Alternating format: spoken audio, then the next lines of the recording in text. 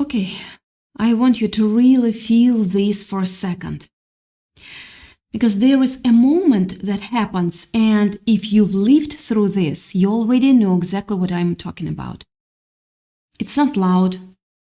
No, it doesn't come with a bang or a dramatic confrontation. It's way quieter than that. It's a specific kind of stillness that creeps in when you least expect it. You're just going about your day, maybe making coffee, maybe sitting in your car before work, and suddenly you notice something has shifted inside you. That constant low humming anxiety, the one you've been carrying around like a second skin for months, maybe years, is just quieter, not gone, but quieter. And that's when you realize you stopped reacting the way you used to. You stopped explaining yourself. You stopped apologizing for existing. And somewhere in that new, hard-won silence, you finally found a single, solid piece of ground that belongs only to you. Only to you. And here is the thing the narcissist notices before you even do. Because their entire nervous system is wired to track one thing and one thing only: your emotional energy. They don't care about your happiness, not really, but your attention, your obsession with their moods, your desperate need to fix things. That's the fuel. That's the air they breathe. And when you pull that fuel away, not in a dramatic fight, but in a quiet withdrawal, they feel it immediately. Like a pressure drop before a tornado. Like the air getting sucked out of a room. And right now, in this moment, if you're watching this and something in your chest right here just tightened, that's because you felt it too. You have seen the panic start to flicker behind their eyes. And you came here because you need to know what comes next. You need to understand the last dirtiest trick they pull when they realize they are losing control for food. Don't fall for it. I'm begging you, don't fall for it. Stay with me, because this is the most dangerous part of the whole game. Let's get specific, because vague advice doesn't save anyone. Imagine you finally stopped doing the dance. You stopped tracking their location in the house by the sound of their footsteps. You stopped rehearsing conversations in your head at 3 a.m., trying to find the exact right words that would finally make them understand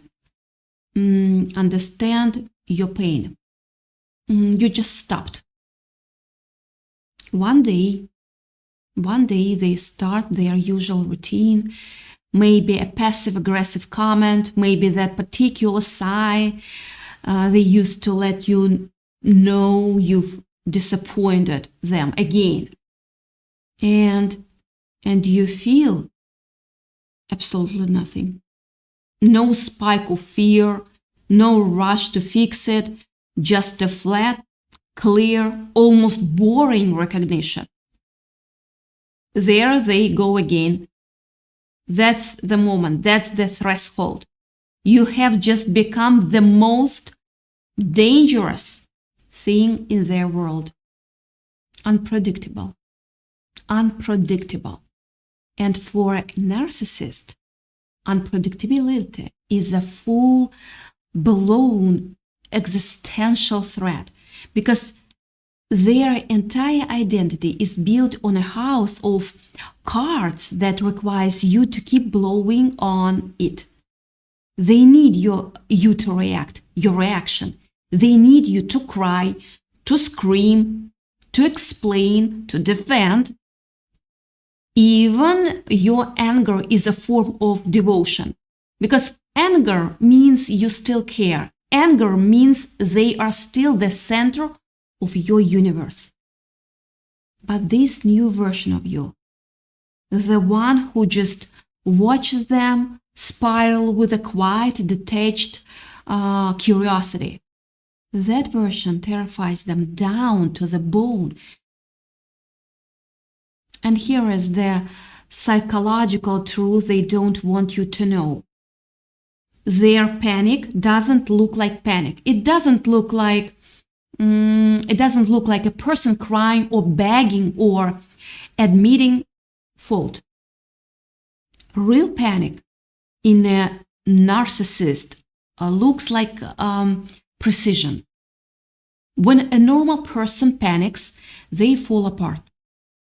When a narcissist panics, they get very, very calm and very, very calculating. They realize the old tools are broken. The guilt trips land flat. The silent treatment feels like a vacation. The outbursts of rage just make you like that, roll your eyes. So they switch tactics. They go into the archives of their mind and they pull out the nuclear option. This is the final dirty trick. And it's so effective because it doesn't look dirty at all. It looks like a miracle. It looks like everything you ever prayed for in the darkest moments of the relationship. The narcissist, having watched you heal from a distance, having studied your new vocabulary of boundaries and self-respect, is about to perform the role of the lifetime. They are going to show up at your door, metaphorically or literally, wearing the mask of a completely transformed human being. And let me tell you exactly how this feels. Because if you don't recognize it, it will pull you back in. You will get a message or a call, or they will find a way to be alone with you, and the energy is completely different. Completely different. The harshness is gone. The defensive sneer is gone. In its place is something soft, something almost tender. Yeah, tender. They will look you in the eye, really look at you the way you always begged them to, and they will say things that sound like they came from a therapist's office. They might say, I have been doing a lot of reflecting, or you were right about everything, I see it now. They might even name specific instances. Remember that fight in the car last spring? I was cruel. There is no excuse for that. Stop right there. Stop right there. Take a breath, because your whole body is going to want to believe this. To believe this. Every lonely night you spent crying in the bathroom, every time you convinced yourself they just didn't understand, every fantasy you had of them waking up and finally choosing love. It's all standing in front of you right now. It looks like growth. It sounds like accountability. It feels like redemption. But here is the cold, hard truth that will save your life. This is not transformation. This is translation. They have not changed. They have simply learned to speak your language. Your language. They have been watching you. They have been listening to the podcast you play, reading the books you leave on the table, absorbing the words you use to describe your pain. And now they are feeding those words back to you, not because they understand them. No, because they are weapons. The most sophisticated weapon they have ever used. This is the Hoover maneuver at level 10. The early Hoovers, the love bombing, the grand gestures, the sudden gifts, those were mature hour. This is professional grade, because this time they are not offering you affection, they are offering you growth. And how can you say no to growth without looking like the one who is broken? That's the trap. That's the genius of the dirty trick. They are using your own healing as bait. Let me walk you through the inside of their mind right now, so you see the terror underneath the mask. When a narcissist realizes you are truly strong, not faking it, not posturing, but genuinely centered, they don't just feel rejected, they feel dissolved. Because you were not just a partner to them, you were a load-bearing wall in the crumbling structure of their self-esteem. Your anxiety proved they were powerful. Your tears proved they mattered. Your attempts to please them prove they were superior. When you take all of that away, you don't just leave a relationship, you demolish the only reality they have. And that is why they are panicking. That quiet, controlled performance they are giving you, underneath it, they are a sheer terror. Because if you can heal from them, if you can thrive without them, then the one thing they cannot afford to believe becomes undeniably true. They are ordinary. They are ordinary. They are not a god. They are not even a particularly impressive villain. They are just a hollow person who lost a good thing. And that realization is so corrosive to their identity that they will do absolutely anything to make you come back, just so they can prove to themselves that they still have the power to push you away again. So they turn up the performance. They create a space of safety so convincing, so you will doubt your own memories. They will validate your feelings. They will admit to specific abuses. They will use the word trauma. They might even suggest going to therapy together. And here is where the trap snaps shut. They are not doing this to repair. They are doing this to re-enter. They don't want a healthy relationship. A healthy relationship with boundaries and equality is actually repulsive to them because it offers no fuel.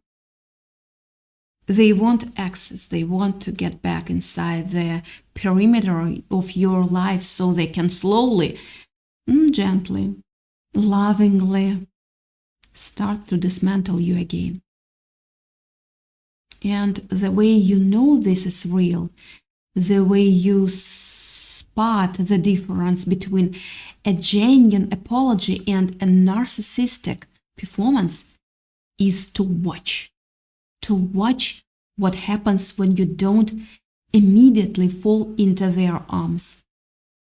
Because a real apology holds space for your skepticism. A real transformation understands that trust is earned in millimeters over years. But a performance, and you know that a performance has a timer. So say you do the brave thing. Say you look at this new, soft, reflective version of them and you say, I appreciate what you are saying, but I need time. I need to see consistency over many months. I can't just jump back in. Watch their face. Watch their face. Watch the micro twitch at their corner of their mouth.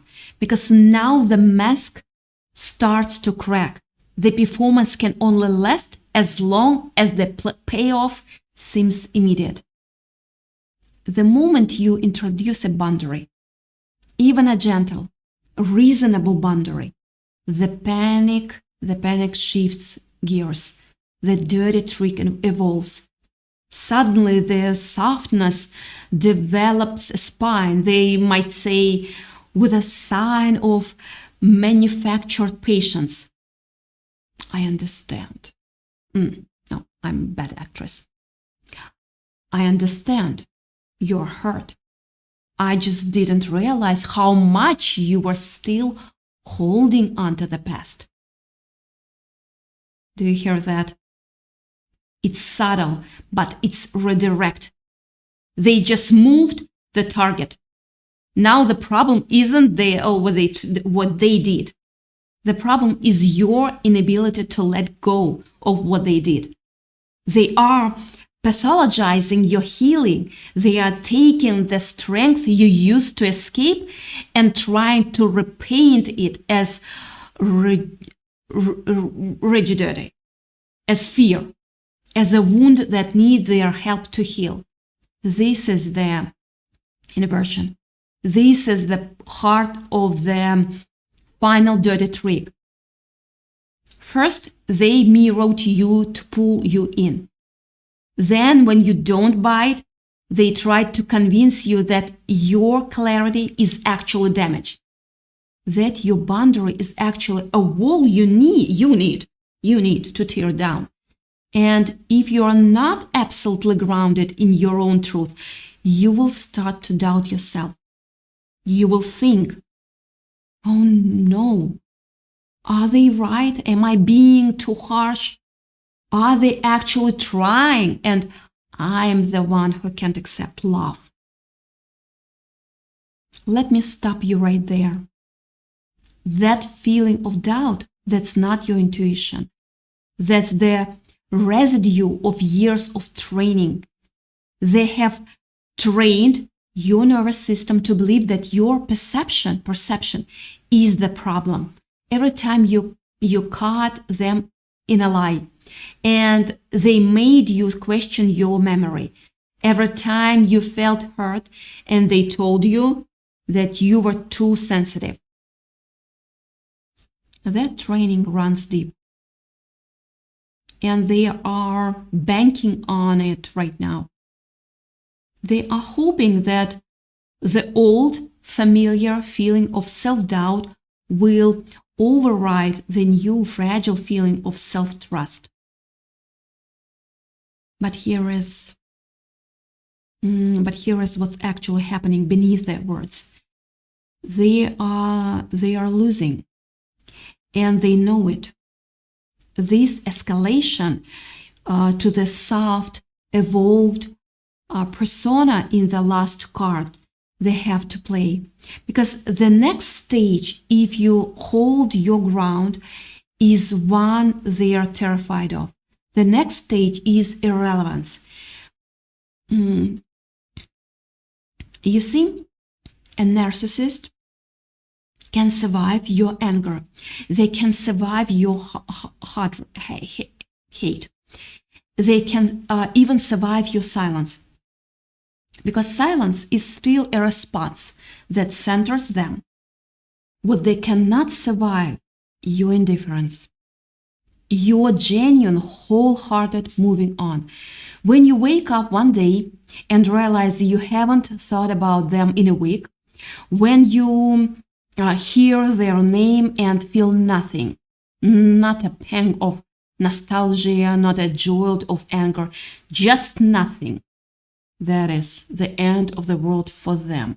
Because if you are indifferent, you are not a mirror anymore. You are just a stranger, and the stranger has no obligation to reflect anything. So this final performance, the dirty trick with the soft voice and the therapeutic language, it's a desperate Hail Mary to prevent that indifference. They would rather you hate them than forget them. Because hatred is still a form of intimacy. It means you are tangled up with them. But you right now, listening to this, you are not on a threshold of something else. You are on a threshold of becoming boring to them. And I know that sounds like a letdown. We really want dramatic endings. We want them to break down, crying, and admit we were right all along. But life isn't a movie. The real victory is not a confession. The real victory is the Sunday morning, 6 months from now, when you realize you spent the whole weekend absorbed in your own hobbies, your own friends, your own life, and they didn't cross your mind once. That is the quiet apocalypse for them. And that is why they are panicking right now. That is why, if you are currently experiencing this soft, changed approach, you need to recognize the desperation underneath it. They can feel you slipping away into that calm, indifferent future. They can feel themselves becoming irrelevant, and they will say anything, literally anything, to stop that clock. So what do? You don't fight. You don't explain. You don't send a long text detailing all the ways they hurt you, hoping they will finally get it. They will not. All of that is just engagement. That's just fuel. The only move that works is the one that looks like no move at all. You simply stay. Stay in your own life. Stay in your own body. Stay in the reality you have built without them. When they show up with the perfect apology, you don't need to scream, "Liar!" You just say, "I'm glad you're doing better. I still need to move on." And then you close the door, not with a slam, with a click. Because a slam gives them drama to feed on. A click is just done. And listen, I need to name the hardest part of this, because it's the part nobody talks about. The reason this final trick works on so many people, the reason it works even on strong, smart, healed people, is not because they are weak. It's because they are still hopeful. It's not a character flaw to want to believe that someone you loved has finally changed. That hope, that capacity to see the good in people, in someone, that is the most beautiful thing about you. And the narcissist knows it. They are counting on it. They are counting on the fact that you still, in some tiny hidden corner of your heart, want a different ending to the story. But here is the truth that will set you free. You don't need them to change for you to be okay. You don't need their apology to validate your experience. You don't need them to admit they were wrong for your healing to be real. Their transformation, real or fake, is irrelevant to your future. Your future is already happening right now, in the quiet breath you just took, in the decision to keep watching this video instead of texting them back, in the choice to sit with the discomfort of not knowing instead of diving back into the familiar chaos. They are panicking because they know the jig is up. They know you are close to the exit. And this dirty trick, this beautiful, seductive, perfectly tailored performance of growth and accountability, is their last attempt to build a cage out of your own best qualities. Don't let them. Don't let them. See it for what it is. See the fear behind the eyes. See the script they are reading from. And then gently, kindly, but absolutely firmly turn back to your own life. The one that was waiting for you this whole time. The one that doesn't require you to manage anyone else's panic. The one where you are already whole, already enough, already free. You don't have to fall for it. Not this time. Not ever again. Because you see them now. Not as the monster in your story, not as the lost love, not as the victim they pretend to be. Just as a person who panics, a person who plays games, a person you no longer need to play with. Take a breath. You're okay, you're out. And the only thing left to do now is stay out. That's the victory. That's the whole thing. And honestly, that's way more powerful than any apology they could ever fake. Yeah. So, do that. I'm begging you. Love you. Bye.